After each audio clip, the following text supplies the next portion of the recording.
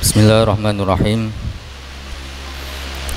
Innal hamdalillah nahmaduhu wa nasta'inuhu wa nastaghfiruh wa na'udzu billahi min shururi anfusina min sayyiati a'malina.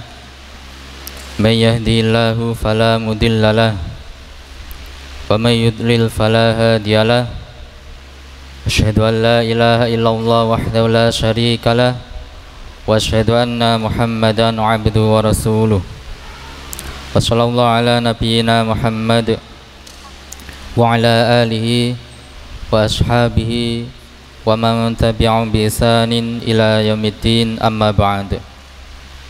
Alhamdulillah, kita panjatkan segala puji, pengagungan serta kecintaan untuk Allah Subhanahu wa taala, Zat yang maha sempurna yang telah menganugerahkan nikmat-nikmat yang tak terhingga kepada kita semuanya. Di antaranya pada malam hari ini kita ditakdirkan oleh Allah Subhanahu wa taala untuk bersama-sama di majelis yang mulia ini, salah satu di antara rumah-rumahnya Allah Subhanahu wa taala, dalam rangka untuk murojaah bersama pembahasan tentang ahkamus syiyam. Alhamdulillah, pada pertemuan-pertemuan yang sebelumnya kita sudah mempelajari tentang definisi puasa, keutamaan puasa, pembagian puasa, kemudian juga tentang syarat wajibnya puasa, syarat sahnya puasa, dan juga tentang rukunnya puasa. Maka insya Allah pada pertemuan malam hari ini kita lanjutkan ke pembahasan yang berikutnya, yakni tentang penetapan wajibnya puasa, yakni penetapan tentang awal bulan Ramadan ataupun juga tentang penetapan awal bulan Syawal. Di situ ada beberapa pembahasan masalah. Insyaallah kita merojaah bersama dengan mohon pertolongan pada Allah Subhanahu wa taala. Semoga Allah Azza wa Jalla senantiasa memberikan kemudahan kepada kita semuanya di dalam menuntut ilmu syar'i, di dalam memahaminya, mengamalkan serta mengajarkan atau mendakwahkan kepada yang lainnya. Dan semoga Allah SWT menjadikan ilmu kita sebagai ilmu yang bermanfaat dan diberkahi. Ikhwani fiddin rahimani warahmatullah. Di sini ada beberapa pembahasan. Masalah yang pertama, bagaimana metode untuk menentukan awal bulan Hijriah? Ya, bagaimana metode untuk menentukan awal bulan Hijriah? Dalam masalah ini, ya, di masa kita ini kita mendapati ada dua metode yang digunakan oleh umat Islam untuk menentukan awal bulan Ramadan ataupun juga untuk menentukan awal bulan Syawal. Ya, dua metode ini kita ketahui dan ma'ruf. yakni yang pertama diistilahkan dengan metode ru'yah, yakni ru'yatul hilal, melihat hilal bulan Ramadan ataupun hilal bulan Syawal. Ya, hilal yakni bulan di awal, ya, rembulan di awal bulan. Baik. Kemudian metode yang kedua yang dipakai oleh umat Islam saat ini, ya, anak katakan saat ini dan juga beberapa saat yang sebelumnya, yakni metode hisab. Ya, metode hisab yang menggunakan apa? Menggunakan metode hisab. Ini perhitungan berdasarkan perjalanan bulan, berdasarkan perhitungan mereka. Itu dua metode yang digunakan oleh umat Islam pada saat ini dan juga beberapa saat sebelumnya. Dan adanya dua metode yang berbeda ini, ya, kita mengetahui bersama, seringkali menjadikan apa? Menjadikan sebab terjadinya perbedaan pendapat, bahkan bisa meruncing kepada hal-hal yang menjadi sebab terjadinya perpecahan di antara kaum muslimin.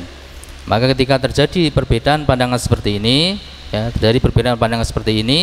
masing-masing dari kita semuanya tidak boleh apa? Tidak boleh menang sendiri. Ya, tidak boleh menang sendiri. Nah, pakai bahasa mereka. Tidak boleh menang sendiri, dan juga kita tidak boleh mengedepankan apa yang dikuatkan oleh golongan kita atau apa yang dikuatkan oleh ustadz kita atau yang semisalnya. Tapi kita sebagai kaum muslimin punya kaidah, ya, punya pegangan, yakni firman Allah Subhanahu wa taala, "Fa in tanaza'tum fi syai'in faruddu ila Allahi war Rasul." Ya. Jika fa in tanaza'tum fi syai'in, jika kalian berselisih fi syai'in dalam suatu masalah apapun, farudduhu, adalah kalian kembalikan, ya, masalah atau sesuatu yang diperselisihkan itu ila Allahi war Rasul, kepada Allah Subhanahu wa taala, dikembalikan kepada kitabullah, wa Rasul, dan dikembalikan kepada Rasulullah sallallahu alaihi wasallam, yakni kepada sunnah beliau sallallahu alaihi wasallam. Itu kaidah yang harus kita pegang teguh. Ketika terjadi perbedaan pandangan, kembalikan kepada Allah Subhanahu wa taala, pada Al-Qur'anul Karim, kembalikan kepada as-sunnah, sunnahnya Rasulullah sallallahu alaihi wasallam. Begitu pula dalam hadis yang ma'ruf, ya, hadis Irbad bin Sariyah radhiyallahu taala anhu, ya, yang rajih hadis yang hasan insyaallah taala, bahwasanya Rasulullah sallallahu alaihi wasallam bersabda, "May ya'ish minkum ba'di fa sayara ikhtilafan katsira." Barang siapa yang hidup di antara kalian sepeninggalku, dia akan melihat perselisihan yang banyak. Dia akan melihat perselisihan yang banyak, ya, yang banyak. Lalu apa solusinya? Fa'alaikum bisunnati wa sunnatil khulafair rasyidin al-mahdiyyin.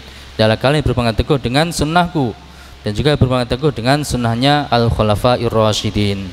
Begitu pula dalam hadis al-iftiraq, hadis perpecahan umat, ya, hadis yang mutawatir sebagaimana dikatakan oleh sebagian ulama ahli hadis, bahwasanya Rasulullah sallallahu alaihi wasallam bersabda, wasataftariku ummati, dan umatku ini, umat Islam, ya, umat Islam ini akan apa? Akan terpecah ila 73 firqatan, menjadi 73 golongan, menjadi 73 golongan. Kulluha finnar, semuanya berada di dalam neraka. Itu ancaman dari Rasulullah sallallahu alaihi wasallam. Semua berada di dalam neraka illa wahidah, kecuali satu golongan, kecuali satu golongan. Faqalu, maka para sahabat kemudian bertanya, manhum ya Rasulullah, siapa mereka satu golongan itu ya Rasulullah? Dalam sebagian riwayat disebutkan ma'ana alaihil yaum wa ashabi, yakni apa?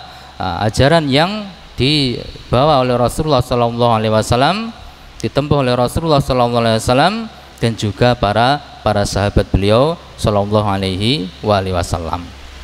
Nah, itu kaidahnya ketika terjadi perbedaan pandangan, kembalikan kepada Al-Qur'an, kembalikan kepada As-Sunnah, dikembalikan kepada pemahaman para sahabat ridwanullah alaihim ajmain. Karena itu perintah dari Allah Subhanahu wa taala, dan juga perintah dari Rasulullah sallallahu alaihi wasallam. Dan itu berlaku untuk masalah apapun, masalah akidah, masalah fikih, ataupun masalah-masalah yang lainnya. Ketika terjadi perbedaan pandangan, maka dikembalikan kepada Al-Qur'an dan atau As-Sunnah dengan pemahaman para sahabat ridwanullah alaihim ajmain. Ikhwani fiddin rahimani wa rahimakumullah. Maka begitu pula terkait pembahasan kita di sini, yakni tentang bagaimana metode untuk menetapkan awal bulan Hijriah. Tadi kita sebutkan dari amalan umat Islam saat ini dan beberapa saat sebelumnya ada dua metode, ada yang menggunakan metode ru'yatul hilal, ada yang menggunakan metode hisab, ada yang menggunakan metode hisab. Maka ketika terjadi perbedaan pandangan seperti ini, kita kembalikan bagaimana dari Al-Quran atau bagaimana dari sunnahnya Rasulullah SAW, dan bagaimana pemahaman para sahabat ridwanullah alaihim ajmain, bagaimana amalan para ulama salaf rahmatullahi alaihim ajmain. Maka kita melihat ya dari hadis-hadis yang sangat banyak, di antaranya yakni hadis Ibnu Abbas radhiyallahu taala anhuma inda Muslim, bahwasanya Rasulullah sallallahu alaihi wasallam bersabda, sumu li ru'yatihi wa aftiru li ru'yatihi. Sumu li ru'yatihi, sumu puasalah kalian li ru'yatihi, untuk apa? Karena ru'yah, Karena ru'yah karena melihatnya, ya, melihat apa? Melihat hilal. Waftiru li ru'yatihi, dan berbukalah karena melihat hilal.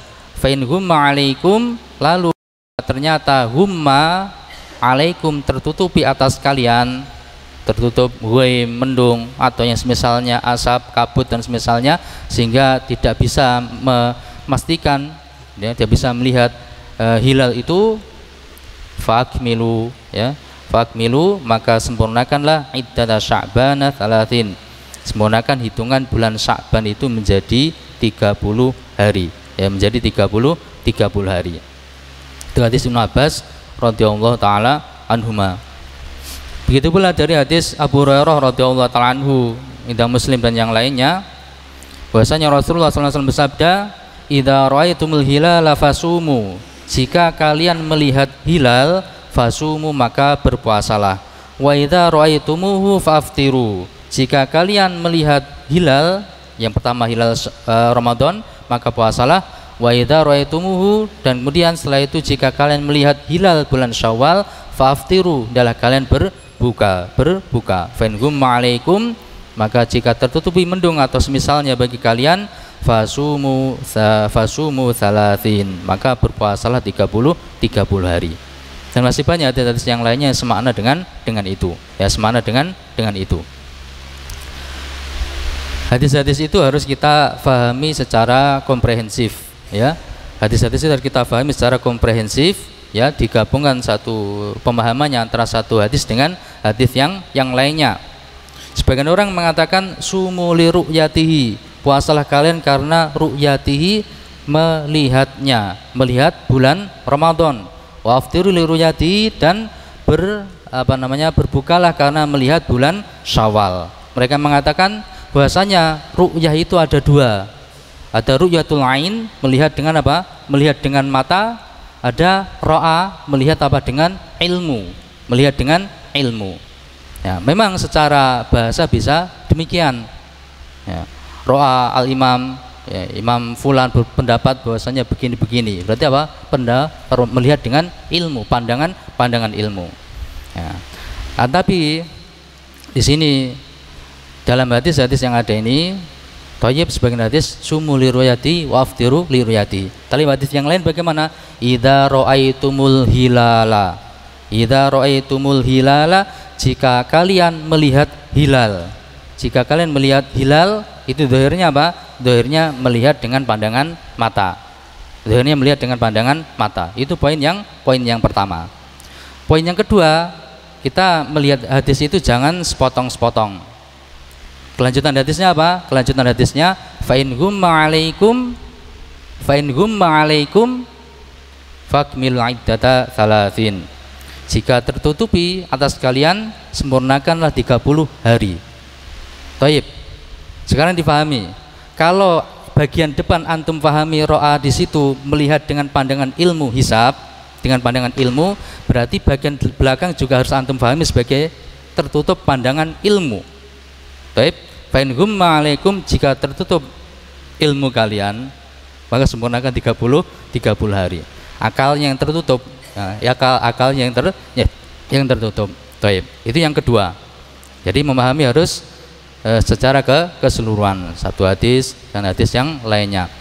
Kemudian yang ketiga, dari amalan para sahabat, amalan Rasulullah SAW, kemudian juga amalan para sahabat dan juga para ulama salaf sampai tahun 300-an Hijriah, sampai tahun 300-an Hijriah mereka beramal di atas ru'yah. Ya, mereka beramal di atas ru'yah. Tidak ada para ulama itu yang memahami, ya, di generasi awal, generasi salaf, tidak ada yang memahami bahwasanya ro'a di situ melihat dengan pandangan ilmu hisab, tapi mereka memahami ro'a, ya, apa? Melihat dengan apa? Dengan mata, melihat dengan mata, melihat kepada hilal dengan pandangan mata, bukan dengan pandangan ilmu hisab, ya. Dan itu yang zahir dari hadis-hadis yang ada dan juga amalan Rasulullah SAW, amalan para sahabat ridwanu alim ajmain. Maka itu menunjukkan bahwasanya metode yang disyariatkan untuk menetapkan awal bulan Hijriah itu adalah dengan metode ru'yatul hilal. Ya, yang mana metode ru'yatul hilal ini yang pertama apa? Ketika tanggal 29 Sya'ban, ketika tanggal 29 Sya'ban menjelang matahari tenggelam sudah siap ya dilihat ke arah ufuk barat, maka ketika matahari tenggelam dilihat apakah terlihat hilal bulan Ramadan. Kalau terlihat hilal bulan Ramadan berarti malam itu adalah malam 1 Ramadan, malam 1 Ramadan. Tapi kalau tidak terlihat hilal bulan Ramadan, maka berarti besoknya masih tanggal 30 Sya'ban. Malam itu masih tanggal 30 Sya'ban, baru besok lusa dianggap sebagai satu Ramadan. Itu metode yang diajarkan oleh Rasulullah Shallallahu Alaihi Wasallam. Ikhwan fillah rahimani wa rahimakumullah. Di sini kita nukilkan kalamnya Syekhul Islam Ibnu Taimiyah rahimahullah taala, dan ini pembahasan ringkas. Wailah sebenarnya khusus masalah ini pembahasannya sangat panjang ya, tapi ini pembahasan ringkasnya. Di sini Syekhul Islam Ibnu Taimiyah rahimahullah taala mengatakan, inna na'lamu bil ittirar min dinil Islam. Kita mengetahui secara pasti dari ajaran agama Islam ini, annal amala, bahwasanya beramal ya, fi ru'yati hilalis shaum, dalam melihat hilal puasa, wal haji, ataupun untuk haji, awil iddah, ataupun untuk menghitung iddahnya wanita, awil ila, ataupun masalah ila, au ghairi dzalika, atau masalah-masalah yang lainnya, minal ahkamil mu'allaqati bil hilal, dari hukum-hukum yang berkaitan ya, yang berkaitan dengan hilal, hukum-hukum yang berkaitan dengan hilal, yang ada kaitannya dengan masalah hilal, beramal dalam masalah itu bi khabaril hasibi, beramal dalam masalah-masalah adalah hukum-hukum yang tergantung pada masalah hilal ini, kemudian prakteknya dia gunakan bi khabaril hasibi, dengan kabar yang disampaikan oleh ahli hisab ya, oleh ahli hisab, adalah la yajuz, tidak boleh. Itu kata Syekhul Islam Ibnu Taimiyah rahimahullah taala. Beliau melanjutkan, wan nususul mustafidatu 'anin nabi sallallahu alaihi wasallam bidzalika katsiratun. Dalil-dalil nas-nas yang sangat banyak dari Rasulullah sallallahu alaihi wasallam tentang masalah itu ya sangat banyak. Mustafidah masyhur itu sangat banyak menjelaskan tentang hal tersebut. Minha diantaranya ya, minha diantara dalil-dalil yang menunjukkan bahwasanya yang dianggap sebagai metode syar'i di dalam penetapan awal bulan adalah metode ru'yatul hilal. Di antara dalilnya adalah sabdanya Rasulullah sallallahu alaihi wasallam riwayat Bukhari dan Muslim, hadis yang ma'ruf, inna ummatun ummiyatun la naktubu wa la nahsubu asyhuru hakadha wa hakadha. Inna, sesungguhnya kita ini ummatun, suatu umat, ummiyatun, yang ummi, suatu umat yang ummi, la naktubu, kita tidak menulis, wala nahsubu, dan kita tidak menghitung dalam artian hitungan yang terlalu rumit. Seperti apa? Ilmu hisab, kaitannya ini dengan apa? Bulan. Yang dimaksudkan adalah ilmu hisab, telah dinafikan oleh Rasulullah sallallahu alaihi wasallam. Memang tidak digunakan oleh Rasulullah sallallahu alaihi wasallam. Beliau menegaskan, inna ummatun ummiyatun la naktubu wa la nahsubu. Kita itu umat yang ummi, tidak menghitung ya, tidak menulis dan juga tidak menghitung. Maksudnya hitungan yang rumit.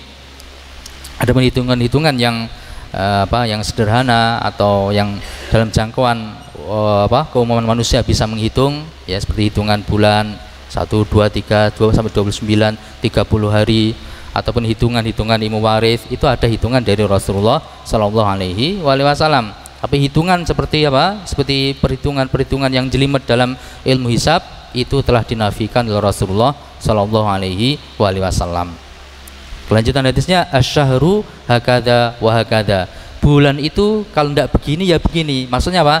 Beliau mengisyaratkan dengan jarinya, kalau tidak 29 hari ya 30 hari. Ya, kalau tidak 29 hari 30 hari. Yani maratan tis'atan wa isrin wa maratan thalathin. Terkadang 29 hari, terkadang 30 hari. Selanjutnya kata Syekhul Islam Ibnu Taimiyah rahimahullah taala, wa qad ajma'al muslimuna bidzalika alaihi. Wa qad dan sungguh ajma'al muslimuna kaum muslimin telah sepakat bidzalika tentang hal itu, ya. Wala tentang hal itu. Wala yu'rafu fihi khilafun qadimun aslan.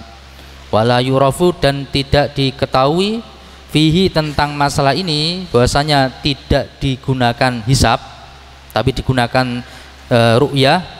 Dalam masalah ini tidak diketahui khilafun adanya perbedaan pandangan qadimun dari generasi yang terdahulu, aslan sama sekali tidak ada khilaf, ya, sama sekali tidak ada perbedaan pandangan dari generasi salaf, dari generasi yang terdahulu tentang masalah itu. Bahwasanya apa yang digunakan adalah metode ru'yah dan tidak menggunakan metode hisab.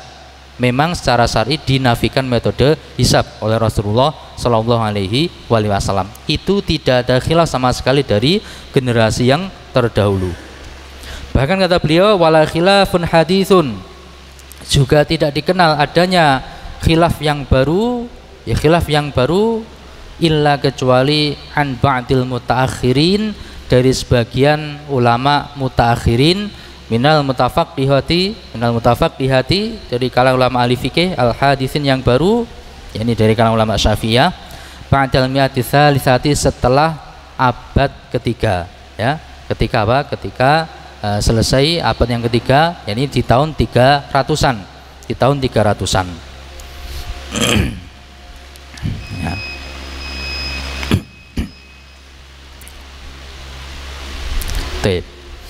Jadi itu kalau dilihat dari sejarah, ya, dilihat dari hadis-hadisnya Rasulullah SAW, kita mengetahui metode yang digunakan adalah ru'yatul hilal, dan metode hisab telah dinafikan oleh Rasulullah Shallallahu Alaihi Wasallam, dan itu tidak ada perselisihan dari kalangan ulama yang terdahulu, dari kalangan dari Rasulullah Shallallahu Alaihi Wasallam praktiknya pakai ru'yah, kemudian di masa para sahabat juga pakai ru'yah, kemudian jika masa para ulama salaf pakai ru'yah sampai apa? Sampai selesai tahun 300 itu masih pakai ru'yah. Baru setelah tahun 300-an muncul siapa? Al-Imam Ibnu Suraij. Al-Imam Ibnu Suraij Asy-Syafi'i Abul Abbas, seorang ulama Syafi'iyah. Beliau apa? Beliau berpendapat, ya, beliau berpendapat bahwasanya ketika apa? Ketika tertutupi oleh mendung tanggal 29 Sya'ban atau 29 Ramadan, mau lihat hilal, ternyata apa? Ternyata tertutupi oleh mendung, sehingga tidak nampak. Maka di situ beliau berpendapat, ya, beliau berpendapat digunakan metode apa? Boleh menggunakan metode hisab, tapi ada qaidnya, Dan sini suatu hal yang perlu untuk difahami. Kenapa Al-Imam Ibnu Suraij Asy-Syafi'i Abul Abbas, ulama besar Syafi'iyah di tahun 300-an, beliau berpendapat demikian itu, ya. Beliau di sini memahami hadis Ibnu Umar radhiyallahu taala anhuma, riwayat Bukhari Muslim. Sama seperti tadi, ya, ini apa? Sumuli ru'yati wa aftiru li ru'yati, atau semana dengannya, puasalah karena ru'yah, berbukalah karena ru'yah. Cuma beliau memahami yang bagian akhir, fa in ghumma alaikum, kemudian jika tertutupi mendung atas kalian atau semisalnya sehingga tidak nampak hilal, faqdurulah. Itu apa? Hadis Ibnu Umar radhiyallahu ta'ala anhu, riwayat Bukhari Muslim, faqdurulah, maka hitunglah. Hitunglah untuknya. Di sini difahami berbeda oleh Al-Imam Ibnu Suraij rahimahullah taala. Beliau memahami faqdurulah itu adalah apa? Adalah takdir, mengira-ngira, menghitung dengan ilmu hisab. Dengan ilmu hisab itu yang disangka oleh Al-Imam Ibnu Suraij Asy-Syafi'i rahimahullah taala. Tapi itu pun ada qaidnya. Ya. Ini yang Anda tahu dari ulama yang awal yang berpendapat pakai metode hisab. Kalau sebelum itu tidak ada yang menggunakan metode hisab. Ya, sebelum itu tidak ada yang menggunakan metode hisab. Baru Ibnu Suraij Asy-Syafi'i rahimahullah taala, ulama di tahun 300-an, beliau berpendapat boleh pakai metode hisab tapi ada syaratnya, ada batasan-batasannya. Batasan-batasannya apa? Batasan yang pertama, in ghumma alaikum. Digunakan metode hisab kapan? Kalau ru'yah gagal. Itu pendapat Ibnu Suraij rahimahullah taala. Jadi apa? Ru'yah dulu. Ru'yah dulu, kalau ru'yah gagal, in ghumma alaikum faqdurulah. Jika tidak bisa karena tutup mendung atau misalnya atas kalian, faqdurulah, maka hitunglah. Baik. Kaidah pertama, syarat pertama Pak. Jadi bukan langsung hisab tapi apa? Ru'yah dulu, kalau ru'yahnya gagal baru pakai hisab. Itu pendapat Ibnu Suraij rahimahullah taala. Ini kaidah yang pertama. Kaidah yang kedua, beliau mengatakan apa? Hisab boleh digunakan ketika gagal pakai ru'yah, boleh pakai hisab khusus bagi ahli hisab itu sendiri. Tidak boleh ngajak yang lain. Ya, khusus bagi yang memiliki ilmu tentang hisab itu sendiri. Khusus bagi ahli hisab. Orang awam tidak boleh ikut-ikut. Nah, itu pendapat Al-Imam Ibnu Suraij rahimahullah taala. Dengan dua qaid ini. Ya, terlepas benar tidaknya pendapat ini, tapi sebelumnya kita perlu memahami begitulah pendapatnya Al-Imam Ibnu Suraij rahimahullah taala. Bukan dari awal pakai metode hisab. Ya, bukan dari awal pakai metode hisab, tapi apa? Tapi diusahakan ru'yah dulu sesuai dengan hadis yang banyak. Kemudian kalau tertutupi mendung sehingga tidak bisa lihat hilal, baru digunakan metode hisab. Itu pun kata beliau, qaid yang kedua apa? Khusus bagi ahli hisab itu sendiri. Ya, khusus bagi ahli hisab itu sendiri. Ya, jadi kita perlu memahami bagaimana sebenarnya pendapat para ulama rahmatullahi alaihim ajmain yang mereka berpendapat pakai metode hisab. Ya. Ulama terdahulu tidak ada. Tidak ada yang pakai metode hisab. Baru Al-Imam Ibnu Suraij Asy-Syafi'i rahimahullah taala di tahun 300-an beliau menggunakan metode hisab ini, tapi apa? Tapi syaratnya yang pertama, kalau ru'yah gagal, kemudian syarat yang kedua hanya berlaku bagi ahli hisab. Hanya berlaku bagi orang yang memiliki ilmu hisab. Ya, hanya berlaku bagi orang yang memiliki ilmu hisab. Nah, itu yang dimaksudkan oleh Al-Imam atau Syekhul Islam Ibnu Taimiyah rahimahullah taala. Kata Syekhul Islam Ibnu Taimiyah rahimahullah taala kelanjutannya, wa hadza syadun.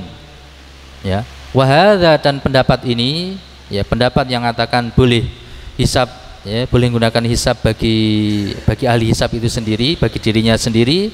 Pendapat ini syadun, pendapat yang ganjil. Masbuqun, telah didahului bil ijma'i, oleh kesepakatan para ulama sebelumnya, ala khilafihi, yang berpendapat dengan pendapat yang berbeda dengannya. Ya, ini penukilan dari Syekhul Islam Ibnu Taimiyah rahimahullah taala. Penukilan apa? Penukilan ijma', penukilan kesepakatan para ulama salaf, ya, dari kalangan sahabat, tabi'in, tabi'ut tabi'in, dan seterusnya, ya, imam 4 sampai apa? Sampai terakhir di tahun 300-an barulah kemudian muncul Al-Imam Abdul Abbas Ibnu Suraij Asy-Syafi'i rahimahullah taala berpendapat apa? Berpendapat boleh pakai metode hisab, tapi dengan syarat, yang pertama kalau ru'yah gagal, kemudian syarat yang kedua hanya berlaku bagi ahli hisab itu sendiri. Itu pun apa? Itu pun pendapat ini telah didahului, terbantah oleh ijma' para ulama yang sebelumnya. Baik, maka dari sini kita mengetahui, kalau dari Al-Qur'anul Karim kita mengetahui firman Allah Subhanahu wa taala, faman syahida minkum syahra falyasum. Barang siapa yang menyaksikan bulan Ramadan, falyasum, maka hendaklah dia berpuasa. Allah Subhanahu wa taala mengkaitkan apa? Mengkaitkan kewajiban, ya, perintah puasa itu dengan apa? dengan menyaksikan bulan Ramadan. Dan asalnya yang zahir menyaksikan yaitu dengan pandangan mata. Kemudian hadis banyak sekali sumu liruyati waftiru liruyatihi, puasalah kalian karena melihat hilal bulan Ramadan, waftiru liruyatihi, dan berbukalah karena melihat hilal bulan Syawal. Fa in gumma alaikum, jika tertutupi mendung atas kalian, ya, fakmilu iddata, maka sempurnakan hitungan itu salasin menjadi 30 hari, menjadi 30 hari. Hadis yang lain dari hadis Ibnu Umar radhiyallahu ta'ala anhuma, riwayat Bukhari Muslim, inna ummatun ummiyatun la naktubu wa la nahsubu. Kita itu umat yang ummi, kita tidak menulis dan kita juga tidak menghitung. Asyahru hakada wa hakada, tidak menghitung dengan hitungan hisab. Itu telah dinafikan oleh Rasulullah SAW. Bulan itu, bulan hijrah itu kalau tidak 29 hari ya 30 hari. Kemudian juga dari amalan Rasulullah SAW, amalan para sahabat, wala tabi'in, tabi'ut tabi'in, sampai tahun 300-an tidak ada yang menggunakan metode hisab, tidak ada yang menggunakan metode hisab. Nah, kita mengetahui bahwasanya metode yang benar, ya, yang dianggap secara syar'i untuk menetapkan awal bulan Ramadan ataupun awal bulan Syawal ataupun awal bulan Hijriah yang lainnya, yaitu dengan metode ru'yatul hilal, ya, dengan metode ru'yatul hilal. Wallahu a'lam bishawab. Ya, wallahu a'lam bishawab. Dari dalil dari apa? Al-Qur'anul Karim, dari As-Sunnah, di amalan sahabat, pemahaman sahabat, dari amalan dan juga kesepakatan para ulama salaf rahmatullahi ajmain, menunjukkan bahwasanya yang mu'tabar, yang teranggap secara syar'i sebagai metode untuk menetapkan awal bulan Hijriah, yaitu dengan metode ru'yatul hilal, ya, dengan metode ru'yatul hilal. Ikhwani fiddin rahimani wa rahimakumullah. Itu ringkasnya. Kemudian masalah yang berikutnya,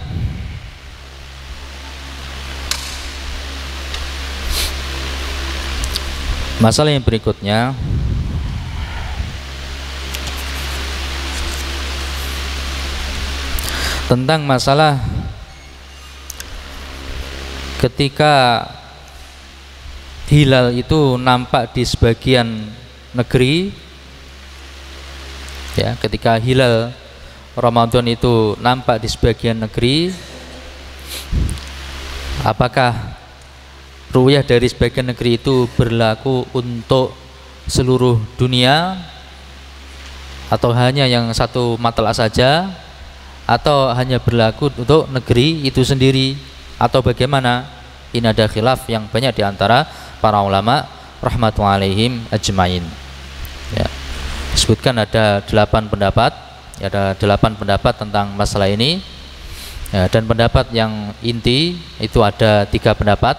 Ya, ada 3 pendapat yang inti sebagaimana dikatakan oleh Syekh Ibnu Utsaimin rahimahullah taala. Ada 3 pendapat yang inti terkait masalah ini. Ya, masalah ini termasuk masalah yang bisa jadi setiap tahun menjadi polemik. Jadi apa, seringkali terjadi kita ketika tanggal 29 Sya'ban atau juga 29 Ramadan, kemudian tenggelam matahari, dicoba untuk ru'yah di Indonesia, ternyata apa? Ternyata tidak nampak.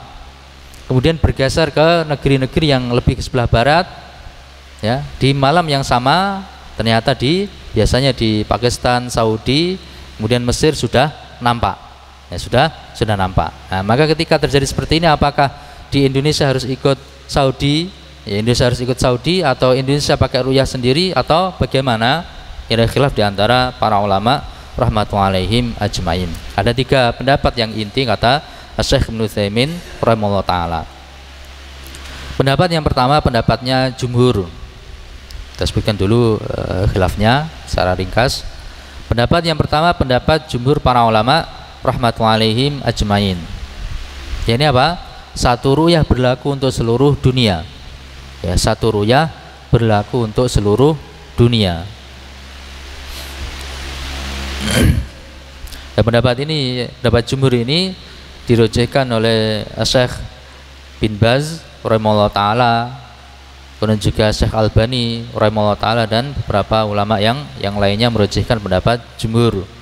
Mereka berdalil dengan tadi hadis yang kita baca tadi, sumu li ru'yatihi waftiru li ru'yatihi, puasalah karena melihat hilal bulan Ramadan dan berbukalah karena melihat hilal bulan Syawal. Sumu itu apa? Khitab pada jami'ul muslimin, khitab pada seluruh kaum muslimin. Itu sisi pendalilan jumhur para ulama rahmatullahi alaihim ajmain. Kemudian pendapat yang kedua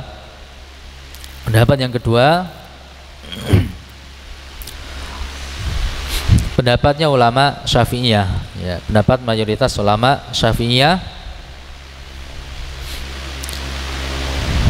bahwasanya hasil ru'yah tersebut hanya berlaku untuk negeri, ya, untuk negeri yang berhasil ru'yah dan negeri-negeri yang masih satu matlak, nah, yang matlaknya masih sama. Adapun matlaknya berbeda, seperti kita dengan Saudi itu matlaknya berbeda. Adapun kalau Saudi dengan Yordan, ya, dan semisalnya itu matlaknya sama. Kalau kita di Indonesia dengan Saudi itu matlaknya berbeda. Kalau beda matlak maka tidak berlaku. Kalau masih satu matlak maka dihukumi sama. Maka dihukumi sama.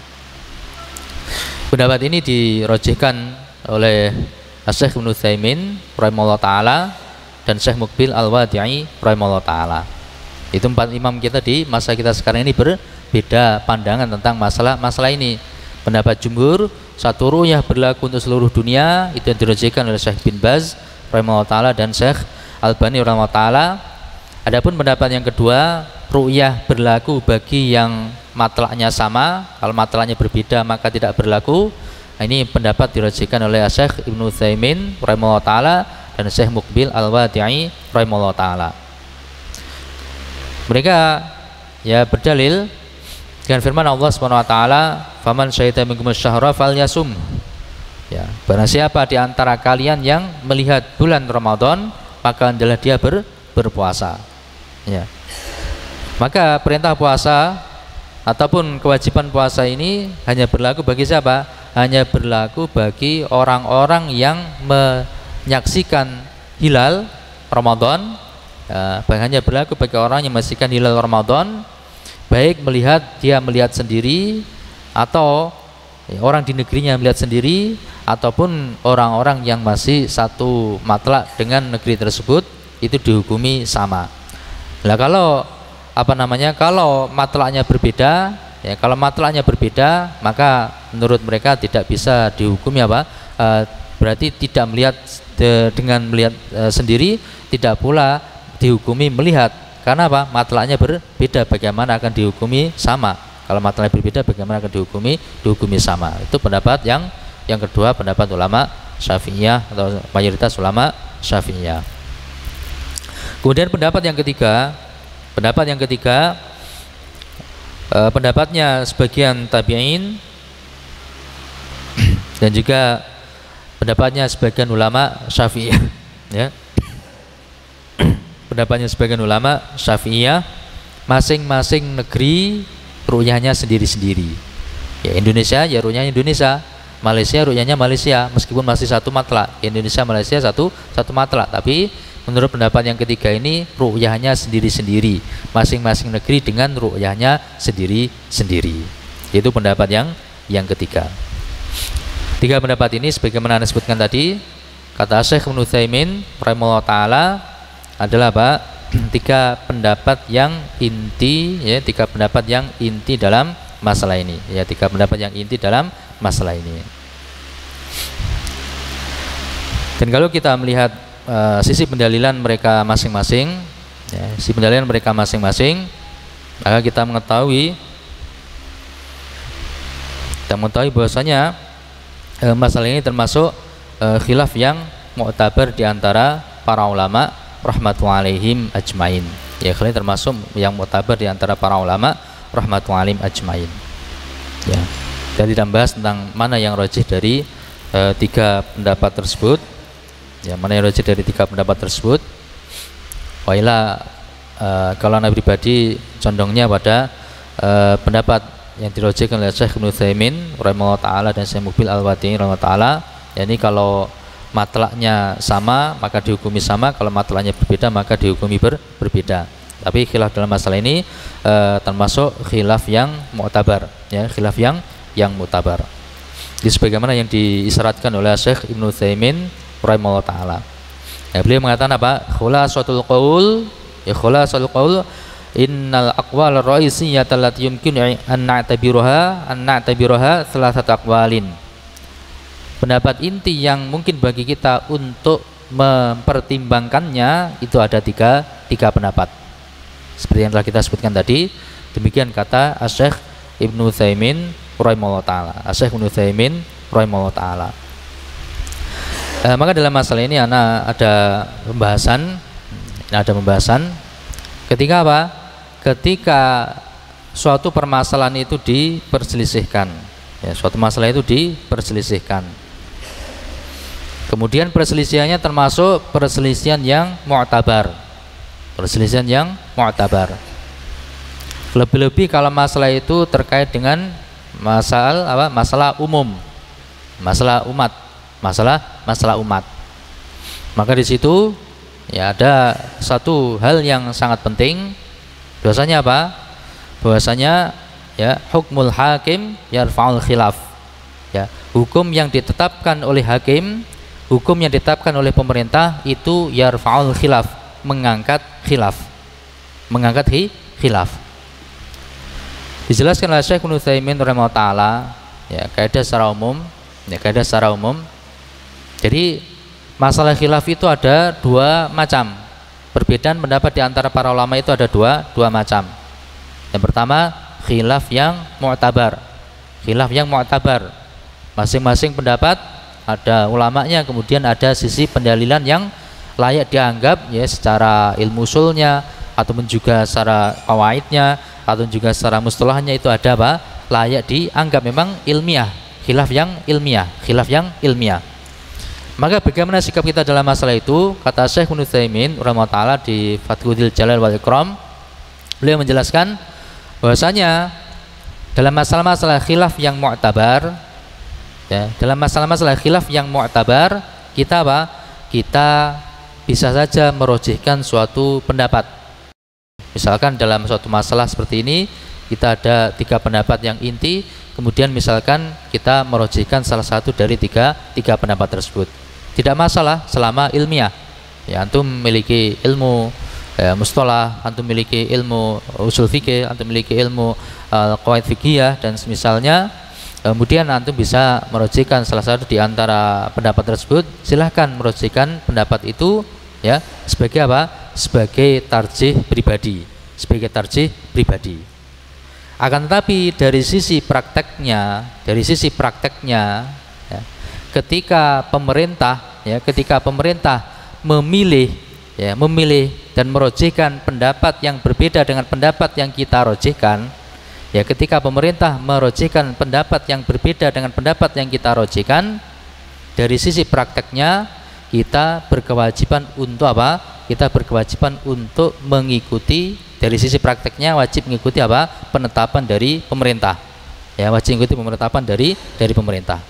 Itu bukan hanya berlaku dalam masalah apa? Penetapan awal Ramadan atau penetapan awal Syawal, tapi juga berlaku untuk seluruh permasalahan yang diperselisihkan oleh para ulama rahmatullahi ajmain. Kemudian apa? Kemudian pemerintah mengambil pendapat yang berbeda dengan pendapat yang kita rojihkan. Maka apa? Kita boleh tetap merojihkan, sebagai pribadi kita merojihkan pendapat yang berbeda, tapi apa? Dari sisi prakteknya, ya, kita wajib mengikuti amalan yang telah ditetapkan oleh pemerintah. Itu kaidahnya. Dalil dalam masalah itu diantaranya yaitu firman Allah Subhanahu wa taala, ya. Firman Allah Subhanahu wa taala, ya ayyuhalladzina amanu atti'ullaha wa atti'ur rasul walil amri minkum. Hai orang-orang yang beriman, taatlah kepada Allah Subhanahu wa taala ketaatan yang mutlak, dan taatlah kepada Rasulullah sallallahu alaihi wasallam ketaatan yang mutlak, wa ulil amri minkum, dan taatlah kepada ulil amri di antara kalian. Taatlah kepada ulil amri di antara kalian. Ya, pemerintah, taat kepada pemerintah. Ya, ini dengan ketaatan yang dibatasi apa? Selama bukan dalam masalah maksiat. Ya, selama bukan dalam masalah maksiat. Maka terkait ayat yang mulia ini, Syekh Shaleh Al-Syekh Hafizahullah Ta'ala dalam syarah Aqidah Thahawiyah, ya, dalam syarah Aqidah Thahawiyah, beliau menjelaskan ada 3 keadaan. Ya, perintahnya atau penetapan dari pemerintah itu ada tiga keadaan. Keadaan yang pertama,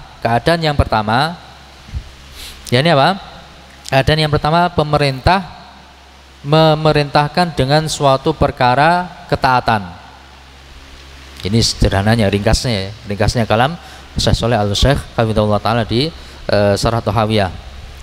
Yang pertama apa? Pemerintah memerintahkan dengan perkara ketaatan, ya, dengan perkara ketaatan. Maka wajib bagi kita untuk mentaatinya, karena asalnya apa? Asalnya itu perkara ketaatan, ditambah lagi pemerintah memerintahkannya, berarti ya semakin menekankan kewajiban kita untuk melakukan ketaatan tersebut. Yang kedua, pemerintah memerintahkan, ya, pemerintah kaum muslimin, pemerintah yang resmi, ya, bukan pemerintah bayangan, pemerintah yang resmi. Nah, pemerintah apa? Memerintahkan dengan suatu perkara yang itu ijtihadiyah, perkara ijtihadiyah, yang ada ijtihad di antara para ulama, ada perbedaan pandangan di antara para ulama, kemudian pemerintah memilih dan merujikan salah satu dari pendapat ulama tersebut. Maka kondisi yang kedua ini kita juga wajib taat kepada pemerintah. Dari sisi prakteknya kita wajib taat kepada pemerintah. Kalau perkaranya perkara khilaf ijtihadiyah. Kemudian yang ketiga, pemerintah apa? Pemerintah menyuruh dengan perkara maksiat. Pemerintah menyuruh dengan perkara maksiat, maka tidak ada ketaatan kepada siapapun dalam bermaksiat kepada Allah Subhanahu wa Ta'ala. Kata Rasulullah SAW, la ta'ata li makhlukin fi ma'siyatil khaliq, tidak ada ketaatan sama sekali kepada makhluk dalam perkara maksiat kepada al-khaliq, kepada Allah Subhanahu wa Ta'ala, sang maha pencipta. Maka ayat menyebutkan apa? Ati'ullaha wa ati'ur rasul amri minkum, taatlah kepada Allah secara mutlak, taatlah kepada Rasulullah SAW secara mutlak, wa ulil amri minkum, dan taat dan kepada pemerintah. Tapi apa? Tidak secara mutlak, tidak secara mutlak. Qaidnya apa? Qaidnya yakni apa? Taat kepada pemerintah selama bukan dalam maksiat kepada Allah Subhanahu wa Ta'ala. Maka kata Syekh Shaleh Al-Syekh Hafizahullah Ta'ala, termasuk wajib taat pada pemerintah yang pertama dalam hal ketaatan, yang kedua dalam masalah khilaf ijtihadiyah, beda ijtihad di antara para ulama. Kemudian pemerintah mengambil apa? Mengambil pendapat yang mungkin berbeda dengan pendapat kita. Maka dari sisi prakteknya kita wajib taat kepada pemerintah dalam masalah itu. Dan tentu mungkin ingat kisahnya sahabat yang mulia Abdullah bin Mas'ud radhiyallahu taala anhu dengan Khalifah Utsman bin Affan radhiyallahu taala anhu. Khalifah Utsman bin Affan radhiyallahu taala anhu, setelah selang beberapa waktu berjalan pemerintahan beliau apa? Beliau ketika di Mina menyempurnakan sholat yang 4 rakaat, padahal posisi safar. Seharusnya ketika safar yang 4 rakaat dikosor menjadi 2 rakaat. Tapi Utsman bin Affan radhiyallahu ta'ala anhu tetap menyempurnakan 4 rakaat karena ijtihad dari beliau radhiyallahu ta'ala anhu sebagai khalifah kaum muslimin ketika itu. Melihat hal ini, Abdullah bin Mas'ud radhiyallahu ta'ala anhu, beliau apa? Dari sisi ilmiah beliau mengingkari kepada Utsman bin Affan radhiyallahu ta'ala anhu. Ya, seharusnya apa? Seharusnya kalau safar sholat yang 4 rakaat menjadi 2 rakaat. Secara ilmiah beliau mengingkari. Yang benar apa? 2 rakaat seharusnya. Itu ijtihadnya. Tapi ketika dari sisi prakteknya, ternyata Abdullah bin Mas'ud radhiyallahu ta'ala anhu tetap apa? Tetap sholat di belakang Khalifah Utsman bin Affan radhiyallahu ta'ala anhu yang sholatnya 4 rakaat. Tetap sholat di belakang Utsman bin Affan radhiyallahu ta'ala anhu yang sholatnya 4 rakaat.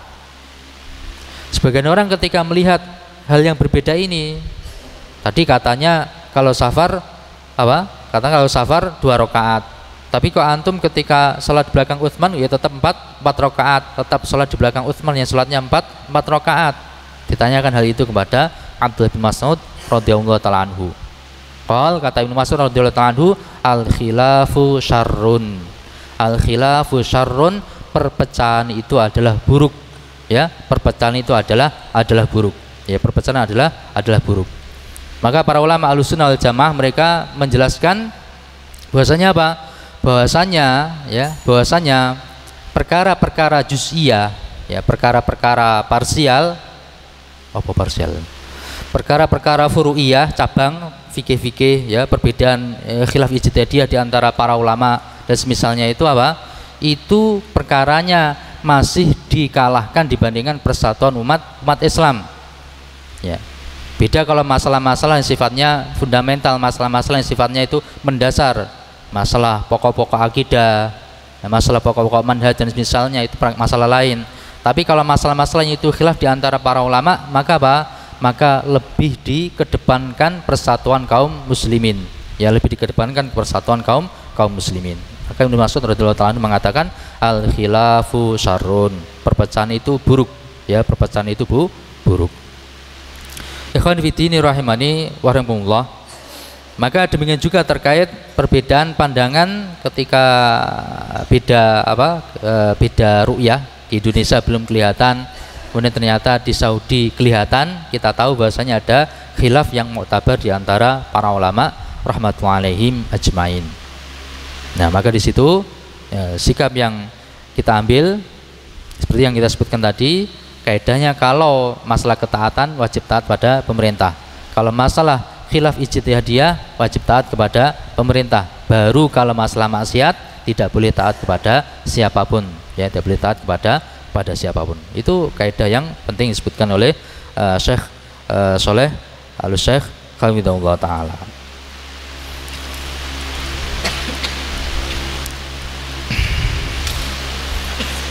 Ikhwani fi din rahimani wa rahimakumullah. Dan di sini ana nukilkan kalam yang sangat penting dari Al-Imam Ibnu Abil Aiz Al-Hanafi rahimahullah ta'ala dalam Syarah Aqidah Thahawiyah. Beliau mengatakan wa qad dallati nususul kitab wa sunnati, dalil-dalil dari Al-Qur'an, dalil-dalil dari As-Sunnah telah menunjukkan wa ijma'i salafil ummah, begitu pula kesepakatan, ya, generasi salaf yang terdahulu, ya, dalil dari Al-Quran, dalil dari Sunnah, kemudian juga ijma' salaf telah menunjukkan tentang apa?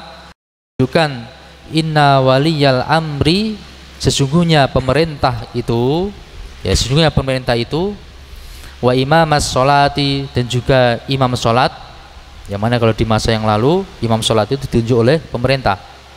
Nah, maksudnya di sini imam sholat ditunjuk oleh pemerintah. Wal hakimah, begitu pula hakim ditunjuk oleh pemerintah.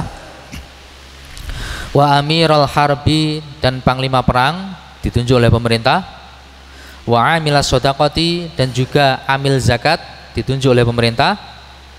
Mereka semuanya ini, pemerintah ataupun orang-orang aparat-aparat yang ditunjuk oleh pemerintah ini, dalil dari Al-Quran, dalil dari Sunnah, dalil dari ijma' salaf menunjukkan mereka itu yuta'u fi mawadhi'il ijtihad. Mereka itu ditaati fi mawadhi'il ijtihadi, dalam tempat-tempat yang itu merupakan ijtihad di antara para ulama rahmatullahi alaihim ajmain. Bisa dipahami? Dalil dari Al-Quran, dalil dari As-Sunnah, dalil dari ijma' salaf. Para ulama salaf telah sepakat bahwasanya dalam masalah-masalah ijtihadiyah, ya, maka wajib taat kepada pemerintah. Wajib taat kepada pemerintah. Beliau juga mengatakan walaysa alai ayyuti'a atba'ahu. Pemerintah tidak berkewajiban untuk memaksa rakyatnya supaya taat. Ya, pemerintah tidak berkewajiban untuk maksa rakyatnya supaya taat fi mawaridil ijtihadi, dalam perkara-perkara ijtihad tersebut. Bal alaihim ta'atuhu fi dzalika. Bahkan ya, pemerintah tidak wajib untuk apa? Untuk mewajibkan, pemerintah tidak berkewajiban untuk memaksa atau mewajibkan rakyatnya supaya mengikuti pemerintah. Itu bukan kewajiban pemerintah. Bal alaihim, bahkan rakyat itu sendiri yang berkewajiban ta'atu, untuk taat pada ulil amri, taat pada pemerintah fi dzalika, dalam masalah ijtihadiyah. Wa tarku ra'yihim li ra'yihi, dan meninggalkan pendapat mereka untuk mengikuti pendapat pemerintah dari sisi prakteknya, prakteknya. Alasannya apa? Fa inna maslahatal jama'ati wal itilafi, karena sungguhnya maslahah berupa bersatunya jamaah kaum muslimin di bawah pemerintah yang sah, wal itilafi, dan persatuan kaum muslimin, wa mafsadatal furqati wal ikhtilafi, dan mafsadah dari perpecahan, pertengkaran yang ada itu a'dhamu, lebih agung, lebih besar, min amril masail juz'iyati, dibandingkan sekedar masalah-masalah parsial, masalah-masalah furu', masalah-masalah cabang, khilaf-khilaf ijtihadiyah di antara para ulama rahmatullahi alaihim ajmain. Intaha, selesai kalam Al-Imam Ibnu Abil Aiz rahimahullah ta'ala.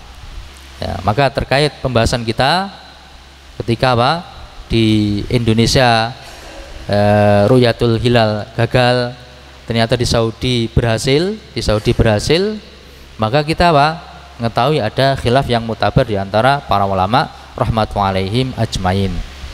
Ya, misalkan antum merojekkan pendapat jumhur yang itu dirojekkan oleh Syekh Albani dan Syekh bin Baz rahmatullahi alaihima, satu ru'yah berlaku untuk seluruh dunia, silahkan merojekkan pendapat tersebut. Tapi dari sisi prakteknya apa? Wajib mengikuti penetapan dari pemerintah. Dalilnya tadi Quran, Sunnah, ijma' salaf menunjukkan dalam perkara-perkara ijtihadiyah pemerintah wajib untuk ditaati. Dalam perkara-perkara ijtihadiyah. Itu sepakat oleh para ulama rahmatullahi alaihim ajmain. Ini penukilan yang penting berlaku untuk masalah ini ataupun masalah-masalah ijtihadiyah yang lainnya. Ya, maka misalkan ya kita tahu kalau Indonesia apa? Kalau Indonesia pemerintah Indonesia pakai metode ru'yah, kemudian apa? Mengikuti pendapat ulama Syafi'iyah, yakni kalau satu matla maka hukumnya sama, kalau beda matla hukumnya berbeda. Berarti kalau Indonesia belum nampak, di Malaysia juga belum nampak. Iya, Malaysia. Indonesia belum nampak, Malaysia, Singapura, dan yang satu matla dengannya tidak nampak, maka Indonesia biasanya akan menetapkan apa? Menyempurnakan 30 hari bulan Sya'ban. 30 hari bulan Sya'ban. Tidak mengikuti Saudi, ya tidak mengikuti Saudi. Jadi masalah yang penting bagi kita untuk memahami. Jadi kita ketika apa? Kita ketika menyikapi masalah-masalah fikih, jangan hanya terpancang kepada pembahasan fikihnya, ya. Jangan hanya terpancang kepada pembahasan fikihnya. Ahlussunnah wal Jamaah memiliki akidah, ya. Ahlussunnah wal Jamaah memiliki akidah. Dan di antara akidah mereka adalah apa? Taat kepada pemerintah kaum muslimin. Dan dalil telah menunjukkan, Al-Quran, As-Sunnah, ijma' salaf telah menunjukkan dalam masalah-masalah ijtihadiyah wajib taat kepada pemerintah kaum muslimin. Ya, jadi jangan terpancang hanya kepada yang rojih ini, yang rojih satu matla berlaku, yang rojih satu ru'yah berlaku untuk seluruh dunia. Khalas, itu yang hak. Famadza ba'dal haqqi illa dhalal. Famadza ba'dal haqqi illa dhalal, tidak ada setelah kebenaran itu kecuali kesesatan. Ya, berarti antum benar sendiri, ya. Selain antum batil semua, sesat semua. Nah, kita apa? Kalau masalah itu khilaf yang muktabar, ya, jadi itu panjang ya kalau bahas khilaf muktabar, khilaf tidak muktabar. Intinya kalau khilaf muktabar, maka wajib taat kepada pemerintah kaum muslimin. Ya, bukan kemudian berjalan sendiri-sendiri. Ya, satu kampung ada misalkan ada 2 musola, satunya ikut Indonesia, satunya ikut Saudi. Akhirnya apa? Tengkar. Itu fakta di mana-mana selama bertahun-tahun terjadi tengkar. Ya, karena apa? Karena beda tarjih, tarjihnya.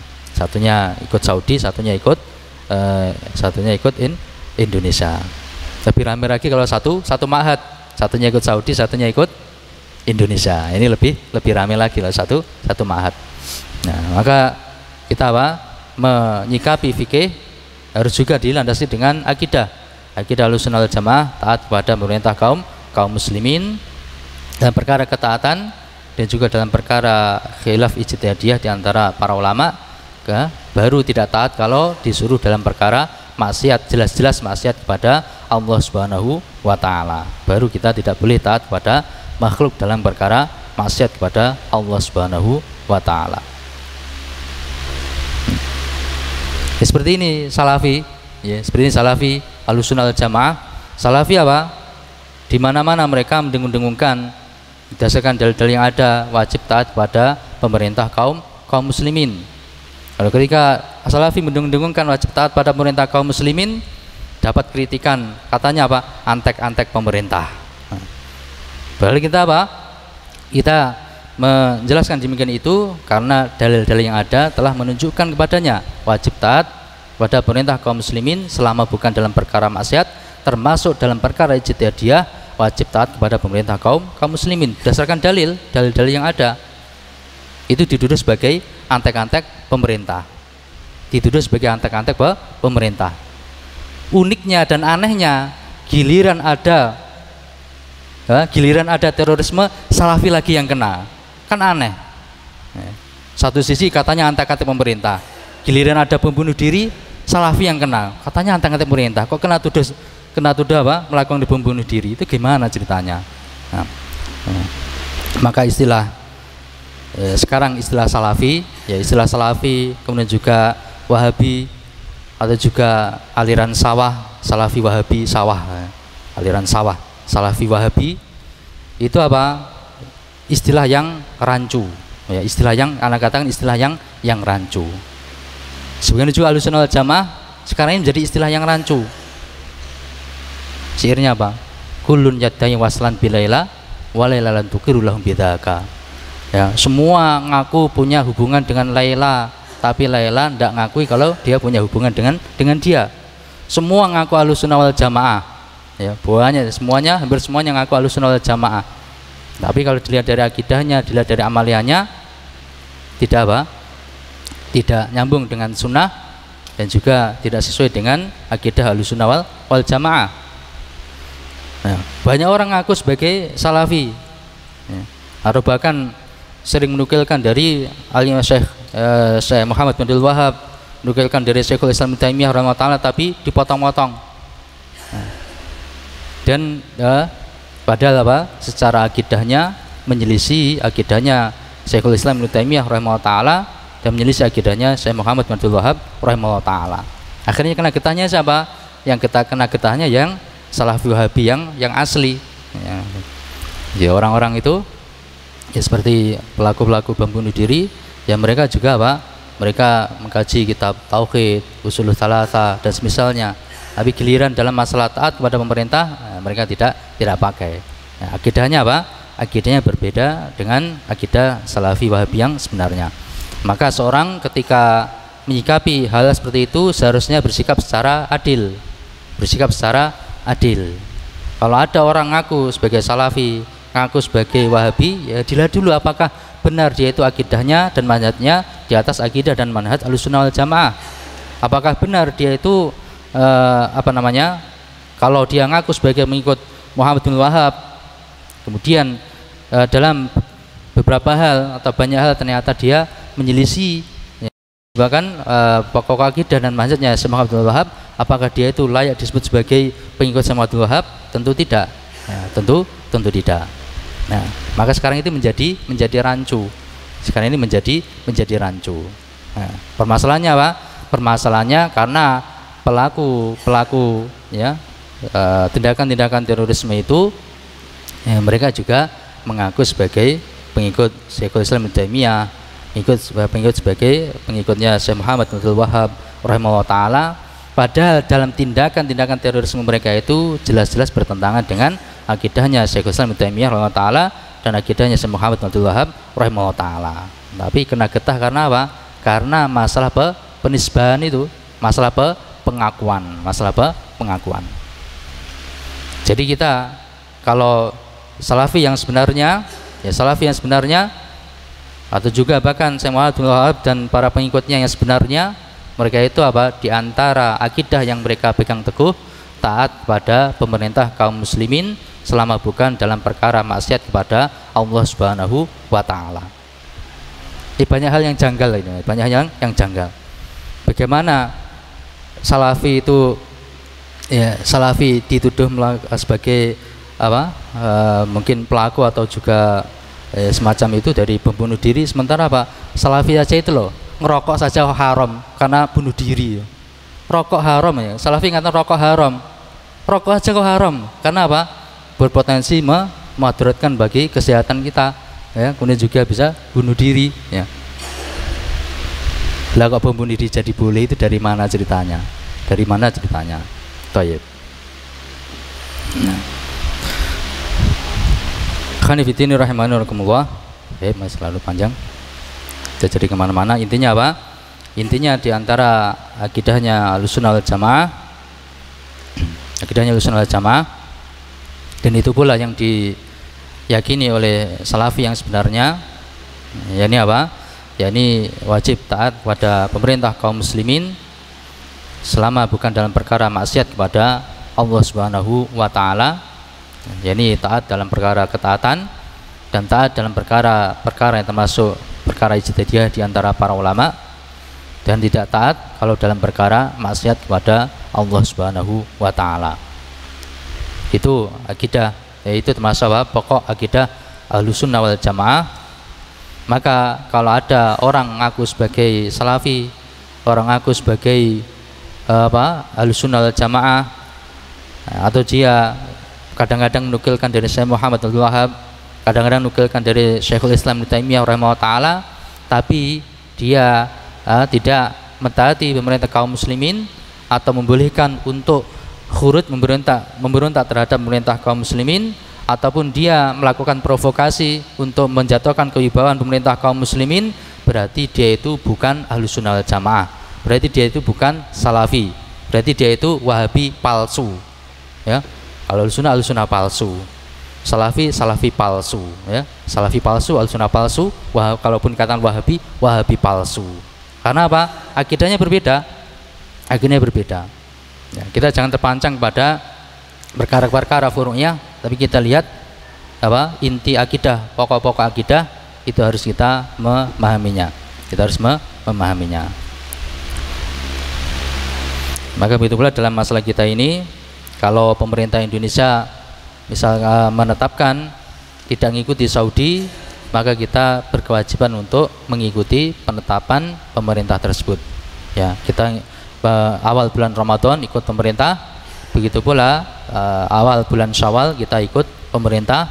Ya, begitu pula nanti terkait bulan Dzulhijjah kita juga mengikuti penetapan dari pemerintah Indonesia, ya tempat kita berada ini.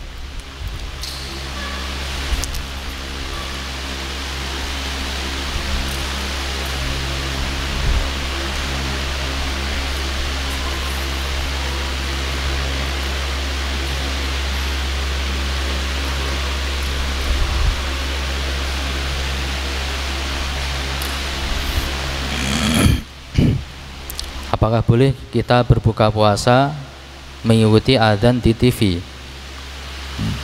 Adzan di TV, adzan di radio, atau adzan yang lainnya, ya intinya seperti yang telah kita jelaskan. Kalau memang adzan itu sesuai dengan tenggelamnya matahari di tempat kita, maka boleh diikuti, ya boleh diikuti. Tapi kalau adzan itu tidak sesuai dengan tenggelamnya matahari di tempat kita, maka tidak boleh diikuti. Afan, maksudnya khusus untuk ahli hisabnya sendiri adalah yang puasa hanya para ahli hisab. Jazakumullah khairan. Wa antum wa jazakumullah khairan katsiran barakallahu fikum. Baik. Itu apa? Yang ana masuk tadi itu sekedar pendapatnya Al-Imam Abul Abbas Ibnu Suraj Asy-Syafi'i rahimahullah taala, ulama tahun 300-an Hijriah. Bahasanya apa? Diperbolehkan menggunakan metode hisab. Yang pertama apa? Ketika ru'yah gagal, ketika ru'yah gagal. Kemudian yang kedua, hanya berlaku yang gunakan metode hisab itu hanya berlaku bagi ahli hisab itu sendiri.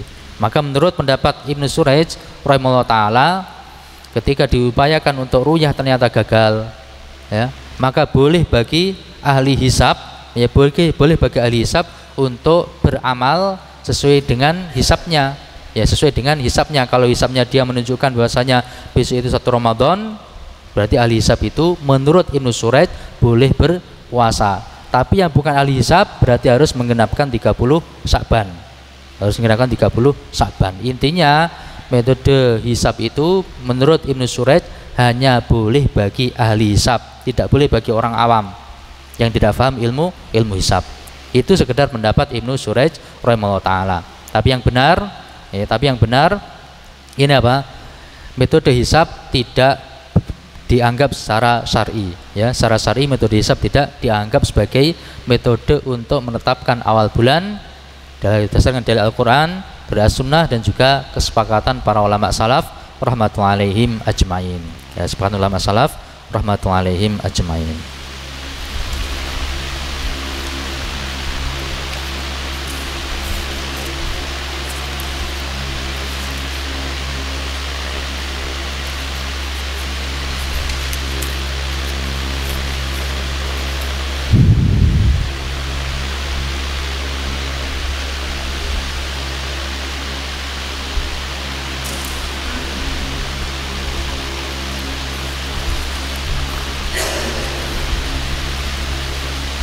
Baik, mungkin sampai di sini murojaah kita. Semoga apa yang kita pelajari ini bisa difahami dan bermanfaat dunia dan di akhirat. Kalau ada benarnya dari Allah Subhanahu wa taala, ada kelirunya karena keterbatasan ilmu ana, semoga diampuni oleh Allah Subhanahu wa taala. Kurang lebihnya mohon maaf. Subhanakallahumma hamdika asyhadu an la ilaha illa anta astaghfiruka wa atubu ilaik. Wa akhiru da'wana alhamdulillahi rabbil alamin.